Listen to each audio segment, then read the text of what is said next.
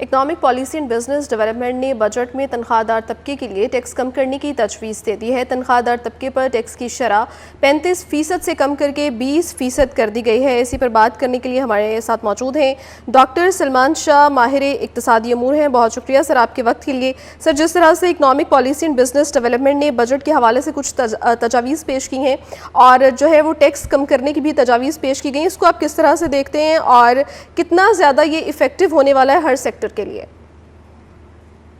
देखिए, salaried class के ऊपर तो टैक्सों का बोझ बहुत ज्यादा है और ये हर साल वो बोझ बढ़ता ही चला जा रहा है। सो आई थिंक इनको रिलीफ तो मिलना चाहिए, लेकिन आई थिंक ये तो रिकमेंडेशंस हैं, ये भी बजट का हिस्सा तो नहीं बनी।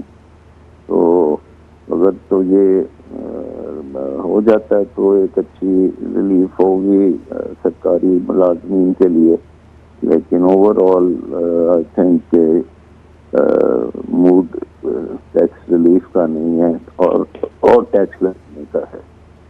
ठीक है सर, ये कहिएगा कि टैक्स की शरह में अगर इतनी बड़ी कमी होने से रेवेन्यू खसारे को किस तरह से पूरा किया जाएगा, क्योंकि जिस तरह से तजावीज़ ये सामने रखी गई, आपको लगता है कि ये पूरी होने वाली हैं ये तजावीज़ और टैक्स जो है वो इतने % ही कम किया जाएगा? देखिए, ये तो क्योंकि एक ये सोर्स पे कट जाता है टैक्स, तो इसलिए ये किसान टैक्स भी है और पिछले कई सालों से इसका बोझ भी बढ़ता चला जा रहा है। तो आई थिंक ये हुकूमत के लिए इसको रिप्लेस करना बड़ा मुश्किल होगा, किसी और से खसारा पूरा करें। बहरहाल ये बजट जब आएगा फिर ही पता लगेगा कि ये क्या करते हैं। उसूली तौर पर हुकूमत को अपने अखराजात कम करने चाहिए ताकि अक्रॉस द बोर्ड टैक्सों में कमी की जा सके। अच्छा सर, ये कहेगा कि इसमें एक और भी तजवीज़ जो है वो शामिल की गई है कि टैक्स नेट बढ़ाने के लिए रिटेलर्स, मर्चेंट्स और वेंडर्स को भी जो है वो टैक्स नेट में लाया जाए। इसको आप किस तरह से देखते हैं, किस तरह से ये हमारी मईशत को मुस्तहकम करने के लिए एक अहम इक़दाम साबित हो सकता है? देखिए, ये बड़े अरसे से ये चल रहा है मामला और ये रिटेल के ऊपर रिटेलर्स को टैक्स करना, दुकानदारों को टैक्स करना, ये इसमें भी कोशिश कर चुके हैं और उस वक्त तो नहीं ये कामयाब हुई थी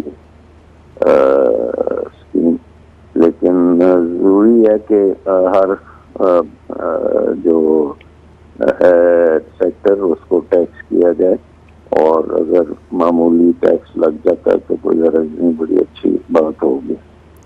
सर, इसमें एक और बड़ी एक इम्पॉर्टेंट चीज़ ऐड की गई है, वो ये है कि जो लोग मुल्क में 100% सरमायाकारी करते हैं, सनतकार ऐसे हैं, तो उनसे ज़राए आमदन जो है वो ना पूछने की भी सिफारिश की गई है। आपको क्या लगता है कि अगर ज़राए आमदन नहीं पूछा जाएगा तो हमारे पास कोई सॉलिड जो है वो डॉक्यूमेंटेशन नहीं हो सकेगी? इस पॉइंट को आप किस तरह से देखते हैं? देखिए, इस वक्त जरूरत पाकिस्तान की इन्वेस्टमेंट है, क्योंकि जितनी भी इन्वेस्टमेंट होगी उससे नौकरियां बनती हैं, उससे इकोनॉमी में ग्रोथ आती है और आई थिंक जब वो इन्वेस्टमेंट हो जाती है तो फ्यूचर में उसके ऊपर टैक्स लगना ही है, वो लगेगा। लेकिन अगर उसको आप इन्वेस्टमेंट का पीछे का हिसाब किताब लेंगे तो फिर वो इन्वेस्टमेंट नहीं होगी।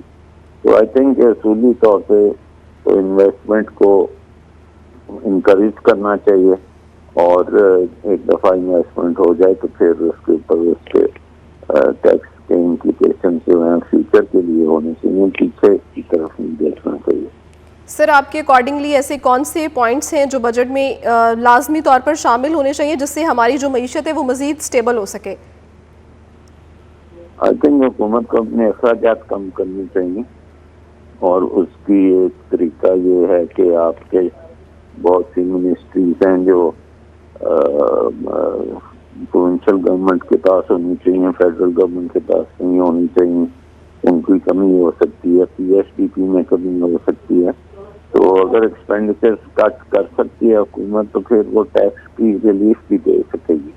लेकिन तब तो ये हुकूमत ने ये काम नहीं किया लेकिन क्योंकि अब हालात इस तरह के हो रहे कि टैक्स बर्डन बहुत ज़्यादा हो गया है, तो हुकूमत को सोचना चाहिए कि वो अपनी अखराजात कम करे।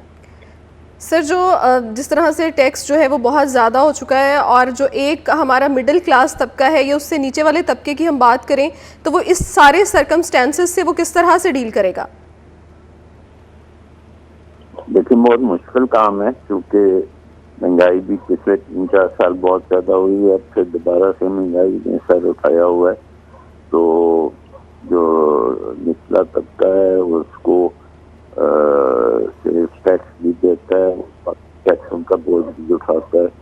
तो आई थिंक ये जो एग्जाम्पशन होती है लो इनकम पे, उसका लिमिट बढ़ानी चाहिए और कोशिश यही करनी चाहिए कि थोड़ी बहुत रिलीफ मिले।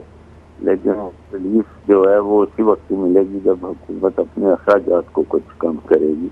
तो अब देखने की बात है कि क्या हुकूमत के बजट में अपने अखराजात कम दिखाती है या नहीं दिखाती। सर, जिस तरह से हम बात करें कि टैक्स की जो शरह है वो आए दिन जो है वो बढ़ती जा रही है, हर चीज़ पर जो है आवाम को टैक्स देना पड़ता है। ऑन दी अदर साइड अगर हम देखें तो इन्फ्लेशन रेट भी बहुत ज़्यादा जो है वो पीक पे जा रहा है। इसको बैलेंस करने के लिए हुकूमती जो है नुमाइंदों की जानिब से क्या पॉलिसी होनी चाहिए, क्या फ्रेमवर्क होना चाहिए ताकि जो एक आम आदमी है वो भी इन मुश्किल हालात में सर्वाइव कर सके? देखिए, इसमें एक ही सूरत हाल बनती है क्योंकि IMF प्रोग्राम है जिसमें आप अपना सरप्लस, एक फिस्कल सरप्लस देना है जिसको प्राइमरी सरप्लस कहते हैं। तो उसको अगर आपने पूरा करना है तो फिर तो आपको हमेशा की तरह टैक्सेस को बढ़ाना पड़ेगा। लेकिन अगर हुकूमत ने हमेशा की तरह नहीं एक्ट किया और अपने अखराजात कम कर दिए तो फिर आपको रिलीफ आप दे सकती हैं। तो सबसे बड़ी बात यही है कि हुकूमत क्या अपने अखराजात कम में कामयाब होगी कि नहीं होगी, जिसकी उम्मीद बड़ी कम है, लेकिन देखें क्या करती है गवर्नमेंट।